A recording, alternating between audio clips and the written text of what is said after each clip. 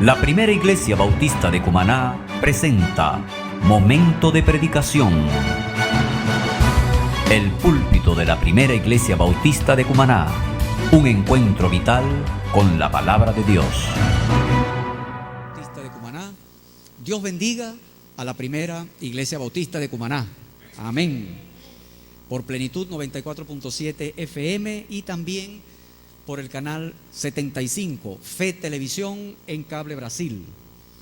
Vamos, mis hermanos, los invito a buscar en el libro de Daniel, capítulo 4. Vamos a proseguir en esta miniserie dedicada al estudio de este capítulo, de este libro. Daniel es considerado algo así como el Apocalipsis del Antiguo Testamento. Importante libro que el Señor nos ha permitido desde el domingo estudiar esta porción de la palabra del Señor. Vamos a leer un solo verso. Dice la palabra allí en el verso 18.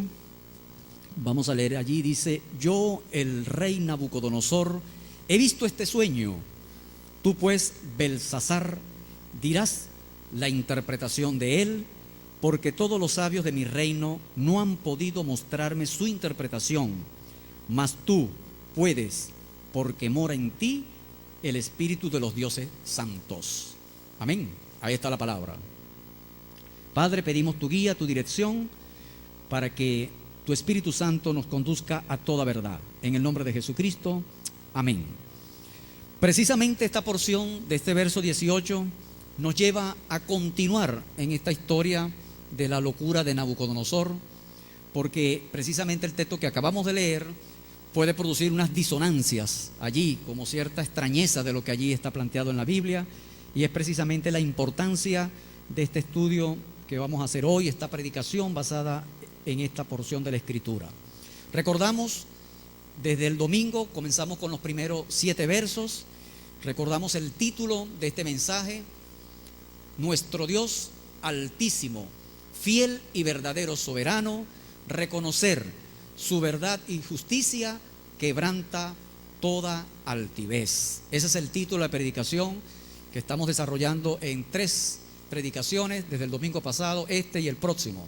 Nuestro Dios Altísimo, fiel y soberano, reconocer su verdad y justicia quebranta toda altivez. Y decíamos la semana pasada, mis hermanos, que tal vez estaría todavía caliente el horno en el cual los amigos de Daniel fueron arrojados y que Dios rescató en aquel memorable hecho, acontecimiento que impactó en la arrogancia y en la idolatría de Babilonia en aquel siglo.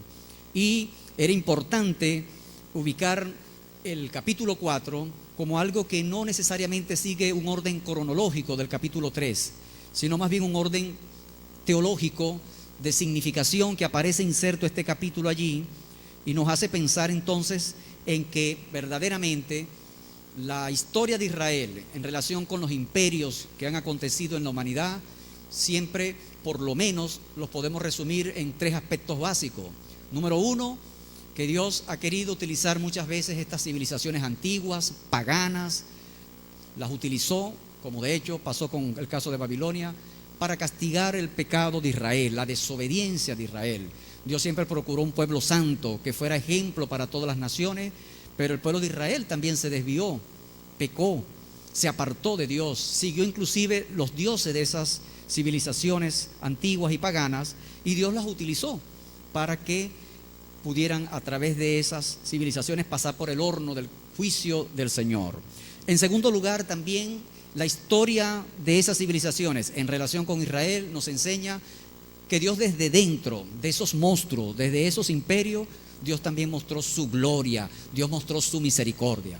Y vaya que con este relato testimonial de Nabucodonosor, contado en primera persona, porque es a él que le pasó a eso, estamos citando a un rey pagano que está reconstruyendo lo que le aconteció, vemos allí la magnificencia de la obra del Señor. Y en tercero, que en la macrohistoria, en los propósitos y designios de Dios, en esa revelación progresiva que sigue hasta nuestros días y lo que aún falta por ocurrir, también Dios va mostrando el por qué existieron esos imperios y con cuál propósito. En especial Babilonia, por la lectura que tenemos reciente del estudio del libro de Apocalipsis, vaya que hemos aprendido cómo la Babilonia, esa Babilonia antigua, aparece, manifiesta allí como representación de un sistema global, mundial de iniquidad, de pecado, de idolatría, de corrupción, que gobierna a muchas naciones. Ese es el capítulo 17 de Apocalipsis, donde se llama a Babilonia la madre de las rameras y donde se asocia a una influencia cultural, comercial, de idolatría y de religión que atraviesa muchos pueblos. Por eso la palabra dice allí en ese mismo capítulo que esta Babilonia se sienta sobre muchas aguas, y esas aguas se traduce bíblicamente en términos de muchedumbres, pueblos, naciones. Y esa sería la relación, mirando hacia el futuro, cómo esta Babilonia va a ser juzgada y va a ser condenada por su promoción del pecado en la humanidad. También pudiéramos de estas tres derivar algo muy importante, que no nos engañemos con la lectura que podamos hacer del esplendor, de la prosperidad que tienen muchas veces muchas naciones, porque mucho de ese esplendor, mucho de esa prosperidad, detrás también se esconde la injusticia, la opresión. Y dentro de la voluntad permisiva de Dios y dentro del propósito de Dios existen con un propósito muy claro en esta historia. En ese contexto está este personaje, Nabucodonosor, cuyo nombre, decíamos también, es una dedicación a un dios babilonio, Nebo. También se puede leer por allí Nabu, de donde viene Nabu Kudurri Usur, que traducido es Nebo defiende mis fronteras, o Nebo defiende mi imperio, o Nebo defiende mi reino. Nebo, dios babilónico del conocimiento. Nebo, dios babilónico de la sabiduría, de la elocuencia. Y en la inscripción que les contaba en Casa de las Indias, allí el propio Nabucodonosor, un testimonio arqueológico, dice que él era el favorito de Nebo. Era el favorito de Nebo. Y estos nombres, estas idolatrías, se van a conseguir, se van a repetir en muchos otros nombres que siguen la dinastía real de este imperio. Tanto el padre de Nabucodonosor, Nebopolassar, tiene el nombre bien puesto en relación a esa idolatría. Luego el hijo de Nabucodonosor perpetuaría también lo mismo, Nabuzaradán, y así. Entonces allí hay una clara relación entre el acontecimiento de este misterio que puso en crisis la sabiduría babilonia y la sabiduría divina, la sabiduría de lo alto, porque trasfondo, se está también haciendo un juicio contra la idolatría de esos dioses que supuestamente hablan en nombre de la sabiduría, de una sabiduría que descubre aquí su precariedad, su falsedad, su imposibilidad. Amén, hermanos, esto es importante entenderlo. Dos verdades comentábamos el día domingo pasado. Número uno, que la obra gloriosa de Dios se hace testimonio personal y público. En el verso 2 de ese capítulo es el propio Nabucodonosor que dice: conviene que yo declare esto que ha pasado conmigo. Y eso es muy interesante porque precisamente a partir de allí hicimos el énfasis en relación de que si este hombre, tragándose su orgullo, pudo dar testimonio de esto, quiso el Espíritu Santo también dejarnos eso, por supuesto, ¿cuánto más nosotros que somos esa bendición de Dios, esa consumación de su gracia en Cristo, que hemos recibido de Dios una obra más que portentosa como ha sido la redención eterna, la salvación eterna, que usted es coheredero con Cristo para la esperanza viva eterna? Amén. El milagro más grande, su conversión, de haber sido llamado de las tinieblas a la luz admirable, de haber sido un hijo de Dios, haber sido hecho un hijo de Dios. De manera que también a nosotros nos conviene, nos mueve declarar no otra cosa que el Evangelio de Cristo, el Evangelio que es poder para salvación, el Evangelio de la gracia por el cual usted y yo y mi hermano hemos dado testimonio de la obra del Señor. Y la segunda verdad era que Dios es el único que puede sacudir el confort y la comodidad de aquellos que se sienten seguros en sí mismos. Vimos esa enseñanza muy importante de que un hombre que se siente como que llegó ya al punto donde nada me va a pasar, instalado en sus paradigmas, en sus modelos de pensamiento, y es precisamente esa sabiduría que Dios pone en jaque, la pone en crisis y va desde el espanto y turbación que posee la existencia de este rey hacia una búsqueda desesperada de respuestas que la va a encontrar en la primera mano equivocándose otra vez en todo el desfile de adivinos, en todo ese concurso de magos y de sabiduría caldea, que leían los signos de los tiempos en los astros, pero todos mostraron su bancarrota, hermano, no pudieron. Y entonces dejamos allí con la cabeza ardiendo, dejamos a aquel Nabucodonosor y hoy continuamos con la historia. Dice el verso 8, siga conmigo allí, amado hermano. Dice allí, hasta que entró delante de mí, dice allí, ¿quién entró? Daniel, cuyo nombre es Belsasar, como el nombre de mi Dios y en quien mora el espíritu de los dioses santos, conté delante de él el sueño diciendo, Belsasar, jefe de los magos, ya que he entendido que hay en ti espíritu de los dioses santos y que ningún misterio se te esconde, declárame las visiones de mi sueño que he visto y su interpretación. Inmediatamente en estos dos versos vamos a notar inmediatamente que parece que esta crisis de interpretación todavía continúa. Y por eso he querido llamar a esta verdad que continúa a las dos anteriores, le he llamado así: la identidad del verdadero siervo y ministro de Dios puede ser confundida en el mundo con prejuicios de ignorancia e idolatría. Repito, la identidad del verdadero siervo y ministro de Dios puede ser confundida en el mundo con prejuicios de ignorancia e idolatría. Y es lo que vemos allí, los términos en los cuales el rey da recibimiento a Daniel comienzan a mostrarnos allí los signos de una lectura que está hecha desde los prejuicios, desde los esquemas de la cultura dominante, desde la idolatría que domina todavía el pensamiento de este rey. Él está relatando el sueño, pero se permea allí en sus palabras un lenguaje que evidentemente no se corresponde con la verdadera identidad de este siervo de Dios. Lo primero que vamos a notar allí es el nombre, Belsasar, cuyo nombre es Belsasar, y ese nombre es el nombre, dice allí Nabucodonosor, el nombre de mi Dios. Aparece Dios en letras minúsculas para marcar esa diferencia. Y esto es algo que pasa, ha pasado y va a seguir pasando, porque es una forma también como el enemigo, como Satanás también intenta disfrazar, manipular, engañar. Cuidado con aquel que no esté seguro en su identidad, mi hermano, pero pueden ser engañados o autoengañados con este tipo de loas, con estos atributos que se le pretenden aquí endosar a la identidad de Daniel. Esto pasaba y aquí se ve claramente en el relato de Nabucodonosor. Para empezar, Belsasar era una referencia directa a un dios babilónico, en este caso ahora es Bel, que traducido es el conductor del Señor. Y si recordamos en el capítulo 1 de Daniel, cuando estos jóvenes que fueron llevados cautivos a Babilonia, esos 4 jóvenes escogidos de lo más granado allí, fueron escogidos hasta por la apariencia física, saludable. Yo me imagino que les revisaron la dentadura, todo eso tenía que estar, bueno, que concursaran para estar en la corte del rey, para que sirvieran allí. El eunuco lo primero que hizo fue que colonizarlo a través de los nombres. Y los imperios, esto es algo que no es nuevo, muchas veces los estudios antropológicos se ufanan de decir, pero en la Biblia lo vemos. El colonizador comienza a nombrar, a reidentificar las cosas de otra manera, de manera tal que el pueblo que es sojuzgado, el pueblo que es oprimido, comienza a hacer un proceso de desidentificación con su cultura. Entonces hay un proceso doble de desidentificación con lo que tú conoces, tu cultura, tu crianza, tus valores, y una reidentificación con esto nuevo, para que encajes dentro de ese esquema dominante. Y por eso la toponimia, los nombres de los lugares. En Venezuela somos un ejemplo.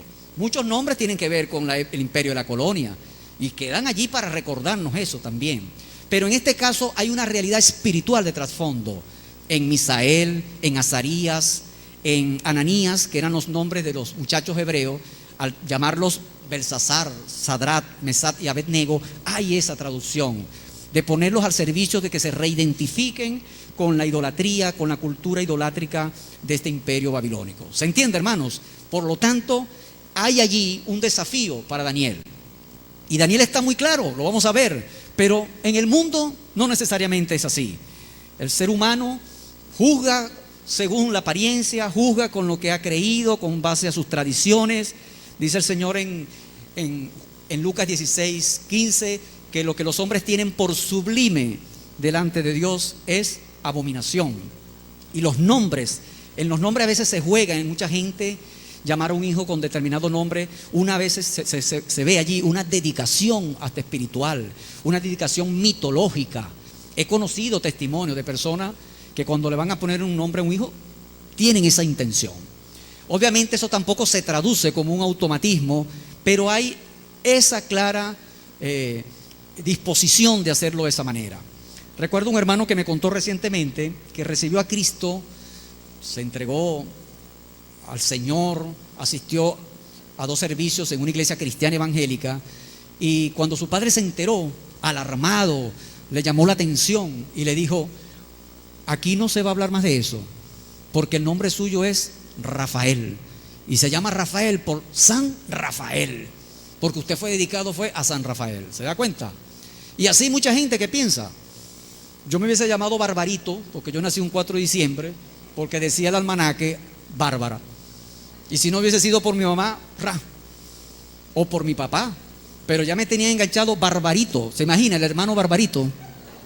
Pero el santoral, la gente busca allí el que aparece, porque hay dedicaciones a los hijos. Todavía a mí me quedó el del Valle y lo sigo utilizando para predicar la palabra, porque conocí de eso. Entonces hay huellas que mucha idolatría ha quedado en los nombres, en las denominaciones, como para hacerlos identificar con una causa, con un sentido espiritual diferente. En esta reconstrucción, amados hermanos, de este testimonio, se nota entonces claramente que Nabucodonosor aún no entendía. Eso que te dice allí, ahora entiendo, el verso 9, ya que he entendido. No, Nabucodonosor, no has entendido todavía, te falta. Hay gente que cree que está muy claro, ya yo entendí. No entendió, no podía discernir la identidad de Daniel, pese a todo lo que había hecho con él, o a favor, usándolo. Y eso habla de la naturaleza del ser humano, del ser natural. La Biblia habla en 1 Corintios 2, 13 y 14, de que el hombre natural no percibe las cosas que son del Espíritu, porque esas cosas se han de discernir espiritualmente.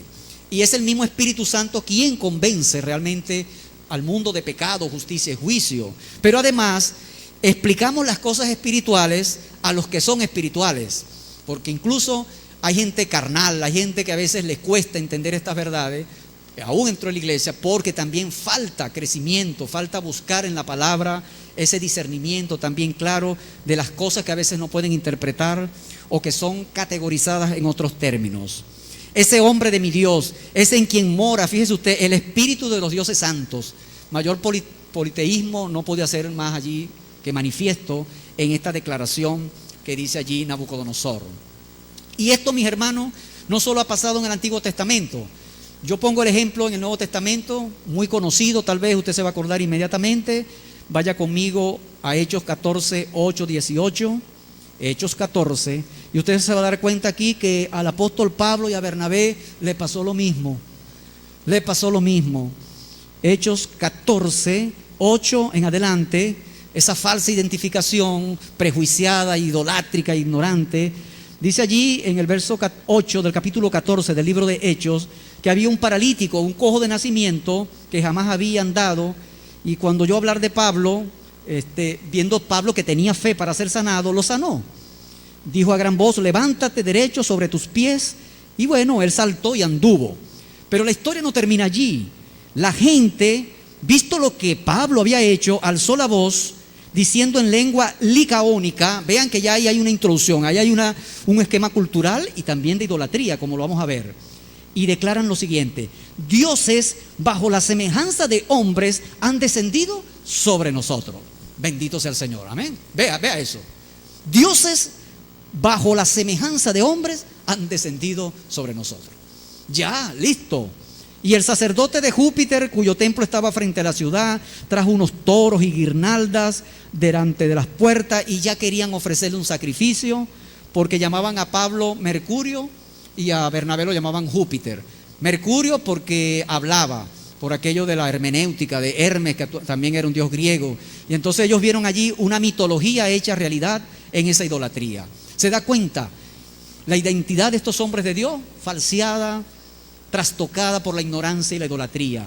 En el verso 15, ellos les dicen: ¿por qué hacéis esto?, preguntan. Nosotros también somos hombres semejantes a vosotros, que os anunciamos que de estas vanidades os convirtáis al Dios, amén, al Dios vivo y eterno, al Dios único, a ese Dios que usted cree, en que usted cree, el Dios que nos salvó, el único Dios eterno, amén. Este es el Dios verdadero, pero en la humanidad la gente lo disfraza.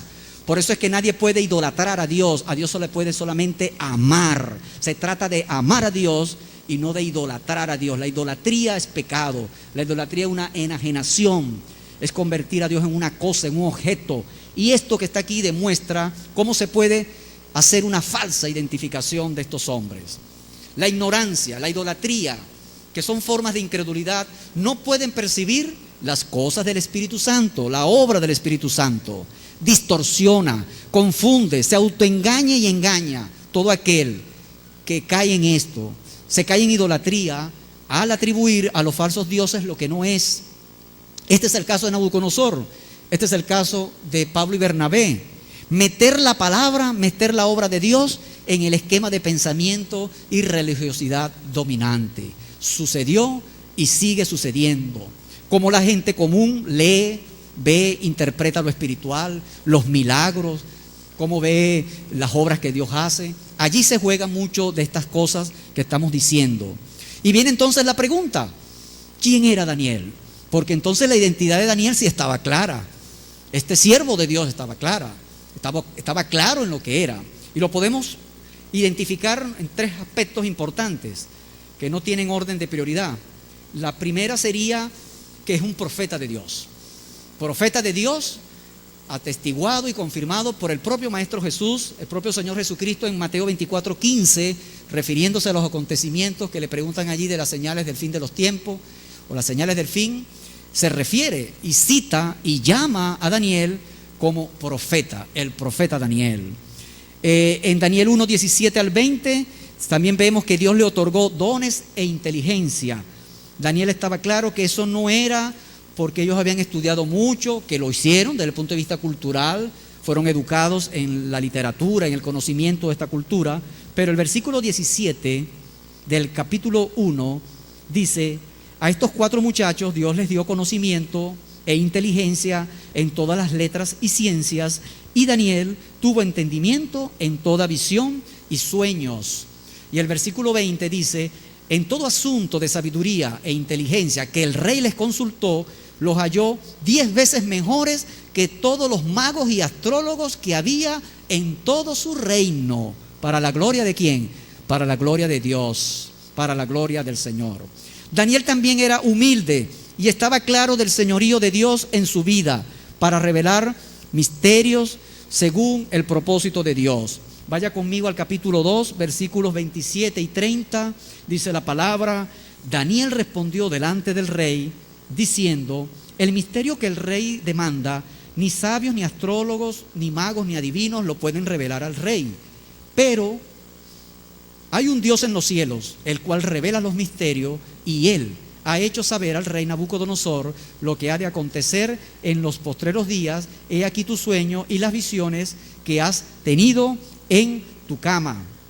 El verso 30 dice: y a mí me ha sido revelado este misterio, no porque en mí haya más sabiduría que en todos los vivientes, sino para que se dé a conocer al rey, que dice allí, la interpretación, y para que entiendas los pensamientos de tu corazón. Es para que te comprendas tú mismo, chico, porque tú mismo ni siquiera te conoces. Pero Dios conoce el corazón de todos los seres humanos, amén. Dios conoce el propósito, por eso necesitas de Dios. Ni Pedro, que dijo allí: no te voy a negar, Señor. Y ahora que me lo estás advirtiendo, menos que menos para negarte. Pero llegado el momento, lo negó no una, sino 3 veces, antes que el gallo cantara la tercera vez. Entonces, esto demuestra también la humildad y la conciencia clara de la identidad de este joven. En el encuentro aquel, cuando el ángel le trae la revelación, en el capítulo 9, capítulo 10 de las 70 semanas, se le dice a Daniel: varón muy amado. Es una expresión a mí eso me produce un deleite hermoso y una admiración, que Dios pueda decir de ti, hermano, que Dios pueda decir de usted, hermana, varón, mujer amada, hombre amado de parte de Dios. Es un testimonio de Daniel ante los ojos del Señor esa declaración. Y además, Daniel tenía en su identidad un propósito claro de corazón.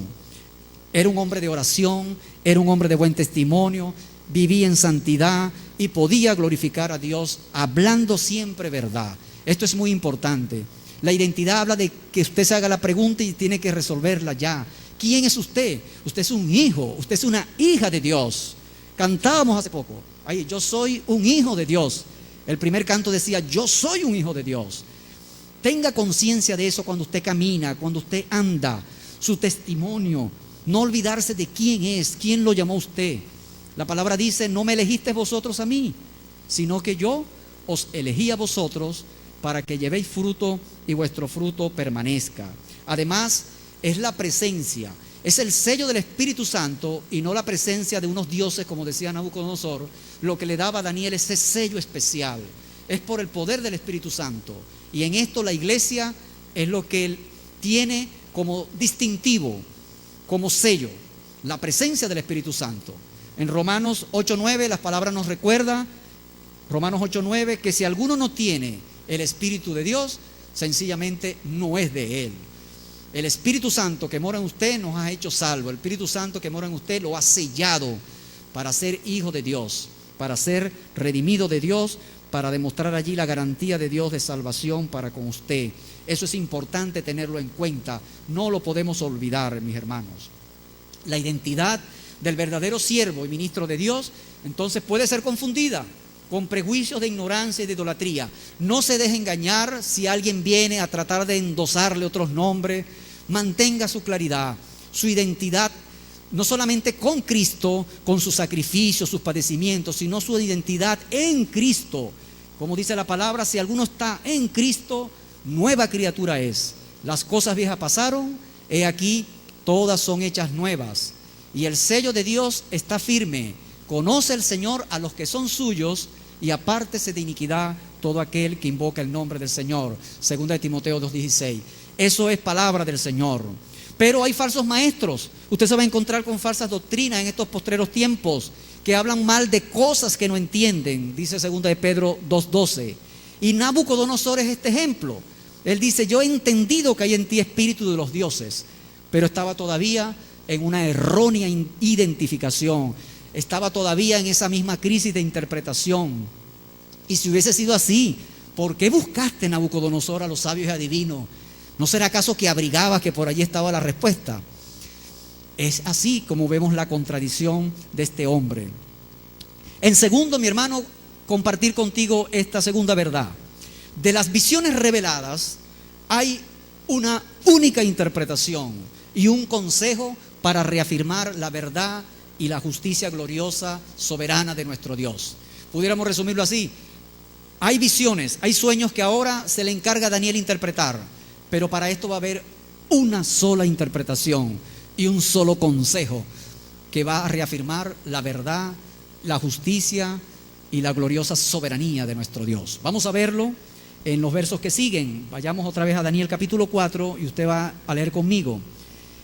El sueño, la visión se va a dividir en tres momentos. Un primer momento lo vamos a ver del versículo 10 al 16, que vamos a llamar el esplendor y el súbito derrumbe.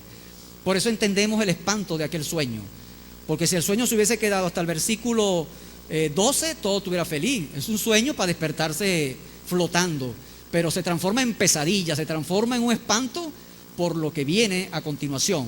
Y dice allí, estas fueron las visiones de mi cabeza, mientras estaba en mi cama, me parecía ver en medio de la tierra un árbol cuya altura era grande, crecía este árbol y se hacía fuerte, y su copa llegaba hasta el cielo y se le alcanzaba a ver desde todos los confines de la tierra. Su follaje era hermoso y su fruto abundante, y había en él alimento para todos. Debajo de él se ponían a la sombra las bestias del campo, y en sus ramas hacían morada las aves del cielo, y se mantenía de él toda carne. Ese es el esplendor de aquel árbol, frondoso. Si el sueño se hubiese despertado allí, y se despertó allí, ojo, lo está soñando el propio Nabucodonosor, porque habría que pensar si este sueño lo hubiese soñado otro, con el orgullo y la egolatría de Nabucodonosor, menos para creer. Lo tenía que soñar él mismo para que él por lo menos tuviera el decoro de no dudar del mismo, de que lo soñó él y más nadie. No le contaron un sueño. Aclarando siempre, hermanos, que en estos tiempos Dios habló así, revelaba las cosas a través de los sueños, de visiones. Es la revelación progresiva de la palabra que ya la tenemos completa, pasado el tiempo y la historia, porque ya en Hebreos 1, versículos 1 al 3, usted siempre tiene que tener eso en cuenta, que Dios habló en otro tiempo de muchas maneras, pero en este tiempo nos habla a través de ¿quién? A través de Jesucristo, que es la consumación perfecta de la revelación y del plan de Dios. Amén. Pero en estas visiones que usted tiene acá al frente, esta visión ya demuestra acá que hay una alusión directa a él mismo, que él está soñando lo que dijo y él está contando lo que dice. Aquí no hay exterioridad, no hay segunda persona, no hay tercera persona, es él mismo. Luego dice el verso 13: vi en las visiones de mi cabeza mientras estaba en mi cama que he aquí un vigilante y santo descendía del cielo y clamaba fuerte y decía así: derribad el árbol, cortad sus ramas, quitadle el follaje y dispersad su fruto, váyanse las bestias que están debajo de él y las aves de sus ramas. Vean allí que este sueño es audiovisual. No a veces ve visiones, pero tiene sonido. Se escuchan cosas. Él escuchó voces que de manera abrupta, así, de manera intempestiva, viene y destroza aquel árbol, lo va a cortar. Verso 15 dice: mas la cepa de sus raíces dejaréis en la tierra con atadura de hierro y de bronce entre la hierba del campo.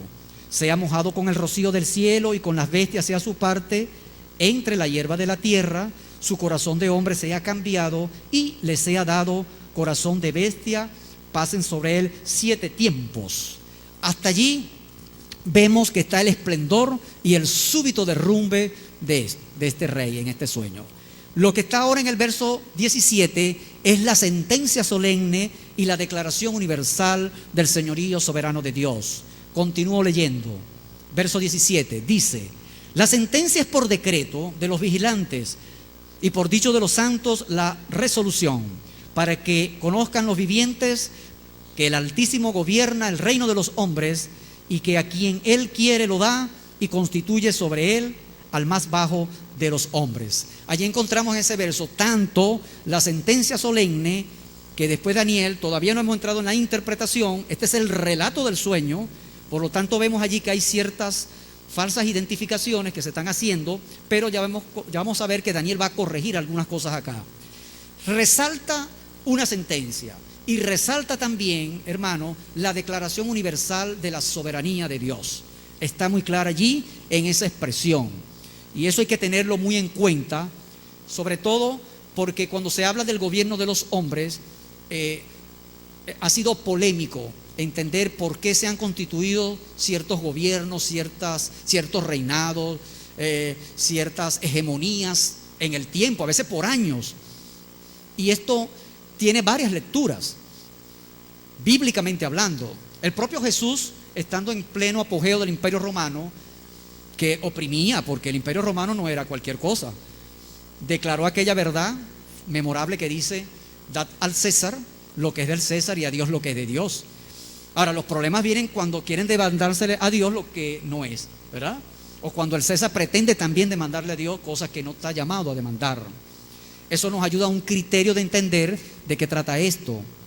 Y otro pasaje importante es cuando Juan y los apóstoles comienzan a predicar y comienzan a hacer ellos por los judíos oprimidos para que no hablasen del evangelio. Y entonces ellos declaran aquella verdad que dice: juzgad por vosotros mismos si es menester obedecer a Dios antes que los hombres. Eso demuestra también claridad de propósito, que cuando algo comienza a contradecir la palabra, cuando algo comienza a contradecir lo que Dios nos ha enseñado, bueno, nosotros tenemos que estar alertas a eso. No podemos aquí, del punto de vista de una ley que se inventa para permitir, por ejemplo, que aquí casemos un matrimonio igualitario, vamos a suponer, homosexuales, o permitir la práctica del aborto porque es una ley. Acuérdense que porque sea ley no necesariamente es justicia. Nosotros debemos aceptar eso. La Biblia nos manda a denunciar ese tipo de práctica. Existe y eso nos ayuda a entender todas estas cosas. De más está decir que en el mundo hay expresiones terrenales que intentan como trasladar esa soberanía a quien se hace responsable de eso, y que Dios también lo reconoce. El pueblo de Dios fue castigado por su rebeldía, ¿o no? El pueblo de Dios fue castigado por su pecado. Así que cuando usted escuche por ahí decir la voz del pueblo es la voz de Dios, cuidado con eso, porque si la voz del pueblo fuera la voz de Dios, entonces el pueblo fuera infalible, no se equivocara, fuera perfecto. Y vaya que el pueblo también se puede equivocar. O la otra expresión que dice, solo el pueblo salva al pueblo. Son expresiones también que declaran esto, que declaran un traslado, un desplazamiento de la soberanía al ser humano, a las decisiones terrenales. El hombre está asumiendo eso, esa es su filosofía, es su manera de pensar, de darse su propio gobierno y todas esas cosas. Pero también dice la palabra en Timoteo que toda autoridad que está aquí está puesta por Dios. Y entonces la figura de la autoridad también la iglesia se sujeta para respetar, porque ellos están puestos allí para velar también por la buena marcha, por ciertos órdenes. Y aunque haya corrupción, aunque no nos parezca, también nosotros tenemos que ser atentos a esa observancia. Se da cuenta cómo podemos pasar por distintos planos donde esto del gobierno de Dios sobre los hombres está vinculado a la perspectiva de su gracia, a la perspectiva de su justicia y a la perspectiva del pecado que no podemos nosotros ocultar ni enmascarar. Amén. Eso lo dice la palabra del Señor. Entonces, mis hermanos, aquí vemos que no oramos a Dios para que tome el control de lo que pasa en el mundo. A veces usted puede orar y decir, Señor, te pido que tomes el control. El Señor tiene el control de todas las cosas. Allí dice, a quien Él quiere, como quiere, con qué propósito, no lo sabemos, pero Dios tiene el control de todas las cosas. Dios siempre tiene el control. Solo una inteligencia todopoderosa puede hacer posible este universo, y que pese a los millones de contingencias, Dios siempre cumple su propósito. Nada es imposible para el Señor. Además, para los cristianos, para la iglesia, Jesucristo nos comisiona id y hacer discípulos, pero en el versículo 18 dice, toda potestad me es dada en el cielo y en la tierra. El Señor Jesús en la cruz venció a Satanás, le quitó aquello que desde Adán había temporalmente tenido, y Jesús, el Señor Jesucristo, tiene esa potestad, y por eso nosotros somos más que vencedores, porque servimos al único Dios todopoderoso y al Rey de Reyes y Señor de Señores. Hay una voluntad permisiva de Dios donde opera temporalmente la corrupción del pecado. Ojo con esto, donde opera temporalmente la corrupción del pecado, para Dios mostrar allí su gloria, su soberanía, su juicio, su verdad y, como decíamos, su gracia. Porque si abundó el pecado, sobreabunda la gracia de nuestro Dios. Amén. Esto es muy importante tenerlo en cuenta. Entonces hay un emplazamiento. Tú me dirás, Daniel, vamos, dime pues. Y el verso 19 dice la Escritura que Daniel entró allí como en una confusión. Dice la versión Reina Valera que quedó atónito. Casi una hora dice allí. Y allí posiblemente uno pudiera interpretar que Daniel tampoco va a poder. Daniel se la pusieron difícil. Pero realmente lo que aquí queda demostrado es que Daniel ya es consciente de lo que le toca decir al rey, y lo que le va a decir, no es cualquier cosa. No sé si le ha pasado cuando usted tiene una noticia, conoce algo que otra persona no conoce, y entonces cuando llega el momento la persona te ve pero ¿qué tienes tú? ¿Qué pasó? Pero tú lo que estás es que no, estoy claro en lo que voy a decir, pero ¿cómo te lo digo? Si tú supieras lo que te tengo que decir, rey, chico, lo que te viene. Y esto no es solo comprar alpargata porque viene joropo, no. Lo que venía era algo tremendo, realmente. No se le desea a nadie, diría alguien. Esto no se le desea a nadie. Y la expresión Señor que se utiliza acá, más bien una declaración hacia Dios. Aquí no hay un reconocimiento al señorío.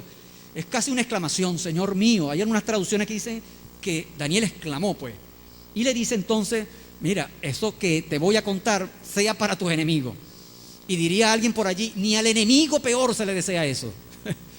Y entonces es que viene la interpretación, que óigase bien, es única, una sola interpretación. Y cuidado con esto, con los sueños, con las visiones, porque en la palabra de Dios No podemos alegorizar sobre alegorías de alegorías, porque termina significando cualquier cosa, lo que uno quisiera ponerle. Ya aquí queda interpretado, gloria a Dios. Imagínense que esto no estuviera interpretado, cualquiera arbitrariamente pusiera lo que le pareciera, lo que inclusive encajara en sus propios apetitos o deseos, para hacer valer, para hacer correr una enseñanza, para hacer valer una doctrina, etc. Cuidado con eso, una única interpretación. ¿Hay alegorías en la Biblia? Sí, Pablo utilizó la de Sara y Agar, pero ya seguir alegorizando nos metemos en problemas. Podemos llegar hasta donde el texto nos permite, y dice la palabra que entonces Daniel comienza punto por punto. El árbol que vistes en el sueño, que crecía y se hacía fuerte, y cuya copa llegaba hasta el cielo y que se veía desde todos los confines de la tierra. Es muy típico en el lenguaje literario volver a repetir todo en los términos, ¿no? Cuyo follaje era hermoso, su fruto abundante, y en el que había alimento para todos, debajo del cual moraban las bestias del campo, y en cuyas ramas anidaban las aves del cielo. ¿Quién es ese? Tú mismo eres, oh Rey. Tú mismo eres, oh Rey, que creciste y te hiciste fuerte, pues creció tu grandeza y ha llegado hasta el cielo, y tu dominio hasta los confines de la tierra. ¿Qué tal? Ahora era él. El árbol representaba su esplendor, evidentemente, toda la opulencia, toda la riqueza, toda la prosperidad de aquel imperio, descansado en la figura humana de él, del propio. Esa grandeza, que más tarde la vamos a analizar con más detalle, es una forma de endiosamiento, ¿no?, de él mismo, pero se refiere a él.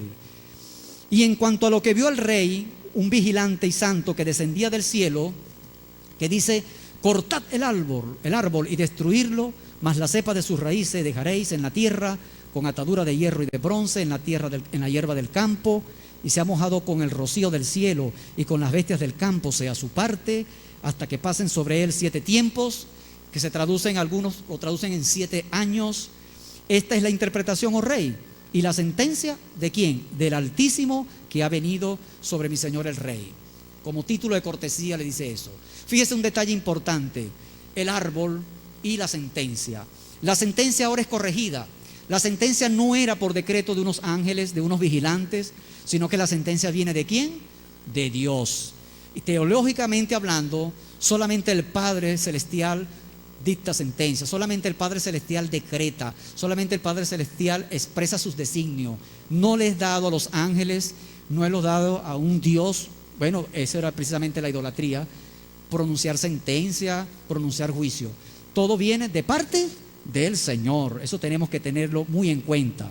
Y lo otro es sobre el árbol como tal. Queda claro que este árbol ya queda interpretado. ¿Es quién? Nabucodonosor.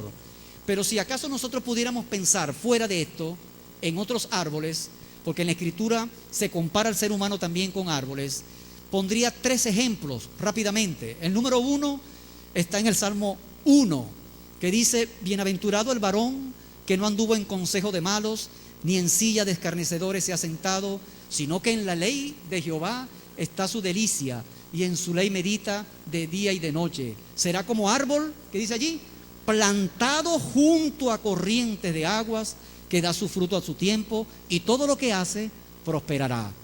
¿Es ese árbol Nabucodonosor? Nada tiene que ver con este árbol. Habla del árbol en tanto una comparación a quien se deleita en la palabra, a quien obedece la Escritura, a quien es transformado por la palabra del Señor. Otro ejemplo sería Isaías 61, que tiene que ver con la profecía de Isaías en Lucas 4:18, que pronuncia Jesús en la sinagoga cuando dice: hoy esta escritura se ha cumplido delante de vosotros. Busque allí Isaías 61 y va a ver allí que esa profecía de Isaías se cumple allá en Lucas 4, pero vamos a leerla proféticamente en Isaías. Por ejemplo, el verso 3, el 2, por ejemplo, Isaías 61:2, dice allí: a proclamar el año de la buena voluntad de Jehová y el día de venganza del Dios nuestro, a consolar a todos los enlutados, a ordenar que a los afligidos de Sión se les dé gloria en lugar de ceniza, óleo de gozo en lugar de luto, manto de alegría en lugar del espíritu angustiado, y serán llamados, ¿cómo serán llamados? Dice allí: árboles de justicia, plantío de Jehová, para gloria suya. Amén. Esto es mirando hacia el futuro.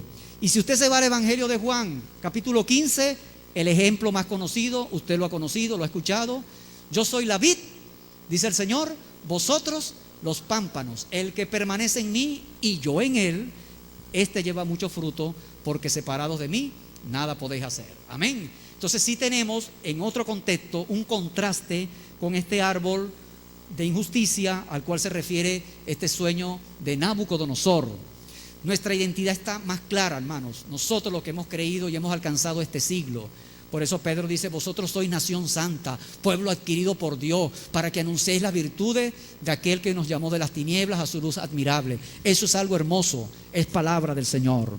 Entonces, amados hermanos, esto nos hace notar que la naturaleza del pecado de este hombre apunta hacia su soberbia, apunta hacia su arrogancia, apunta a no reconocer al único Dios altísimo.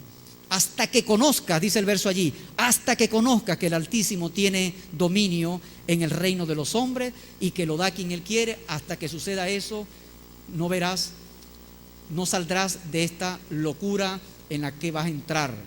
Y el verso 26 dice: en cuanto a la orden de dejar en tierra la cepa de las raíces del mismo árbol, ojo, del mismo árbol, significa que tu reino te quedará firme luego que reconozcas que el cielo gobierna. Nuevamente una reiteración, que el cielo gobierna, que Dios tiene el poder. Esa cepa es como trochar un árbol, talarlo y dejarlo allí todavía.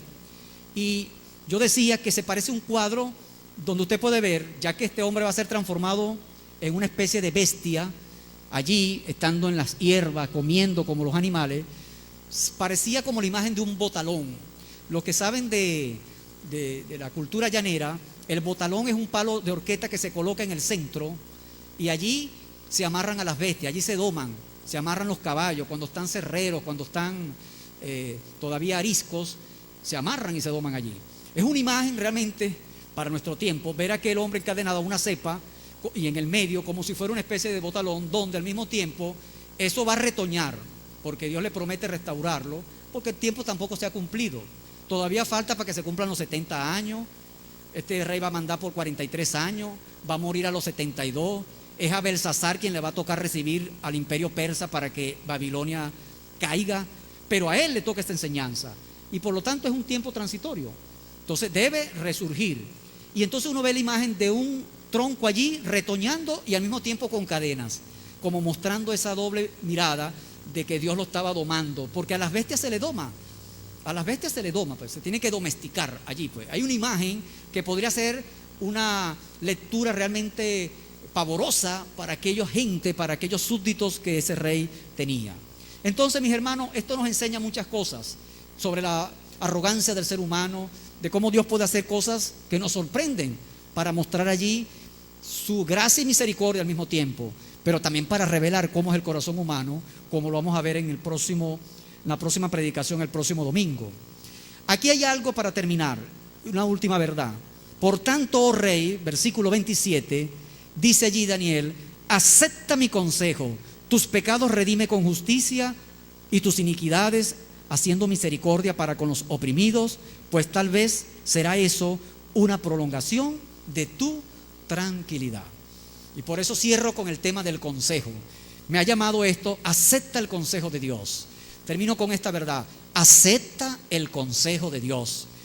Como Daniel dice allá, hoy el consejo bíblico, hoy el consejo de la palabra es lo que la humanidad, es lo que usted que me está viendo por esta pantalla o que está escuchando debería escuchar. No bastaba la interpretación, ya tenemos la interpretación, pero Daniel da un consejo. Acepta este consejo. El consejo consiste en dos cosas allí. Uno, redime tus pecados con justicia. Redime tus pecados con justicia, libera. ¿Quién puede pagar esa redención? Libera. Arrepiéntete de tus pecados. Y número dos, que tus iniquidades también sean corregidas, haciendo misericordia con los oprimidos. Esta segunda nos enseña que ese imperio estaba fundado realmente sobre la opresión. Mucha prosperidad a veces de muchas civilizaciones está montada sobre el altar de la opresión, de la esclavitud, de la exclusión de mucha gente. Y ahí había eso, pues. Y ahí Daniel se lo deja entrever. Pero hoy por hoy, esta redención ha cobrado el precio precioso de la sangre de Jesucristo. Amén. Y usted puede, que me está escuchando, recibir este consejo a tiempo. El consejo de Dios es que tú puedas redimir tus pecados. El consejo de Dios es que tú puedas entregarte a Jesucristo, quien pagó el precio con sangre de tu deuda y te puede dar salvación y vida eterna.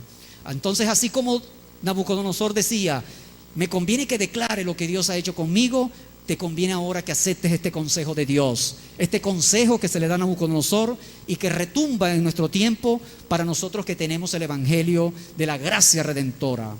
Hay gente que desea recibir los beneficios de Dios, hay gente que quiere ampararse en sus promesas, quieren ir al cielo cuando mueran, pero pasan la mayor parte de su vida apartados de Dios. Se acuerdan de Dios cuando vienen los momentos angustiosos. El ateísmo dice sencillamente, así, llanamente, Dios no existe. Dice el necio en su corazón, olvídense, eso es cuento, Dios no existe. Como decían los epicúreos, mientras vivimos la muerte no existe. No existe la muerte para nosotros mientras vivimos. Y cuando llegue la muerte, entonces ya no existimos. Es decir, entonces no va a pasar nada, porque cuando llegue ya yo no estoy vivo, entonces no me va a pasar nada. Imagínense ustedes, tremendo autoengaño que se inventaban los epicúreos. Si Dios no existe, entonces todo está permitido. Con razón, eso es lo que quiere el hombre. No hay Dios a quien hay que dar cuenta. Y Nabucodonosor se le dieron 7 tiempos para reconocer al Dios Altísimo. Te pregunto, ¿sabes tú cuánto tiempo de tu vida tienes para reconocer al Dios eterno? ¿Sabes tú cuánto tiempo Dios te está dando para que abras su corazón a Él, para que entregues tu alma, tu corazón, para que te rindas al único Dios eterno? ¿Estás dejando pasar el tiempo? ¿Estás dejando pasar este consejo? Este consejo es de vida o muerte. Te estás jugando la vida allí. Cuando en una vida hay pecado continuado, aun cuando haya un éxito, aun cuando haya prosperidad aparente, tarde o temprano esto da por resultado la ruina. Así que yo te invito a escuchar este consejo. Y tu iglesia, hermano, si todavía hay pecado oculto, si en tu vida hay iniquidades que no están bien con el Señor, es tiempo de arrepentirte, de entregar tu corazón a Cristo, de vivir en santidad, como era uno de los estandartes de este hombre Daniel, hombre santo, de oración. La palabra dice que el que encubre sus pecados no prosperará, mas que el que lo confiesa y se aparta, dice el Señor, alcanzará misericordia. Eso dice la palabra del Señor. Con misericordia y verdad también se corrige el pecado. Dejemos allí a Nabucodonosor. Ahora lo dejamos en otro problema. Antes lo habíamos dejado en una crisis de interpretación. Ahora lo dejamos en un tremendo problemón, porque ya tengo la interpretación. Pero ahora, Nabucodonosor, tienes que arrepentirte. Ahora tienes que tomar una decisión. Y tienes que tomarla a tiempo, porque Dios ya ha hablado. Dios ya ha declarado el evangelio. Ya la gente sabe lo que Dios ha dispuesto para el mundo. La excepción es que tomes una decisión por el Señor Jesucristo. Amén. Que entregue su corazón a Él. Hemos leído en Proverbios 14:13 ese hermoso verso con el cual iniciamos el devocional de la mañana.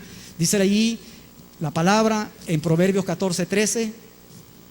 14 dice que Proverbios 4:13, quise decir, Proverbios 4:13, cuando hablaba del consejo, Proverbios 4:13, dice allí, retén el consejo, no lo dejes, guárdalo, porque eso es tu vida.